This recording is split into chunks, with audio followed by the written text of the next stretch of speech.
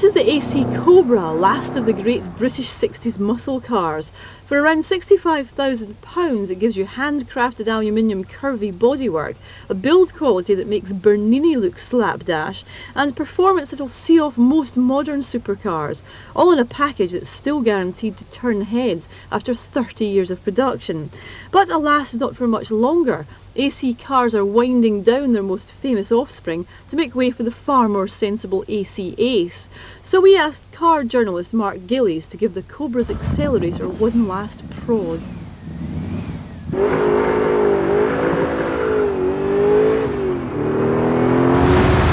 great thing about a Cobra is it's the car equivalent of a Harley Davidson.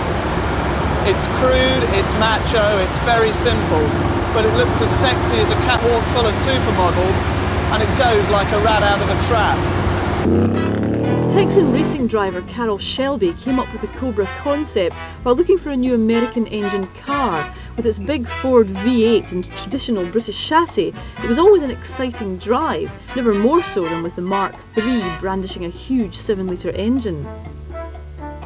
But the combination of brute force and bulletproof engineering worked, and the Cobra had a sparkling racing career in the 60s. Apart from a few concessions to modern-day motoring, the formula still holds good for the current Mark IV. In the days before political correctness, the easy way of producing a high-performance car was simply to stuff a big engine under the hood. And that's what's at the heart of an AC Cobra. What you see here is a 5-litre cast iron Ford V8 engine that gives about 320 brake horsepower with high output options. That's enough to accelerate the car from 0 to 60 miles an hour in under 5 seconds and give it a top speed of 140 miles an hour, despite aerodynamics that are somewhat akin to a brick outhouse.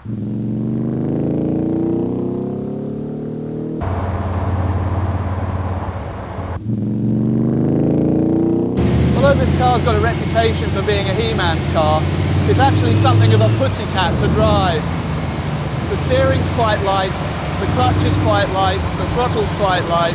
The only thing that's he-man about it is the way that it goes. If this car goes out of production, there's nothing to satisfy people who want a real, raw, hands-on driving experience. That kind of car does not really exist anymore. There's nothing as evocative as the Cobra. I mean, this just reeks of an era, and people love that era.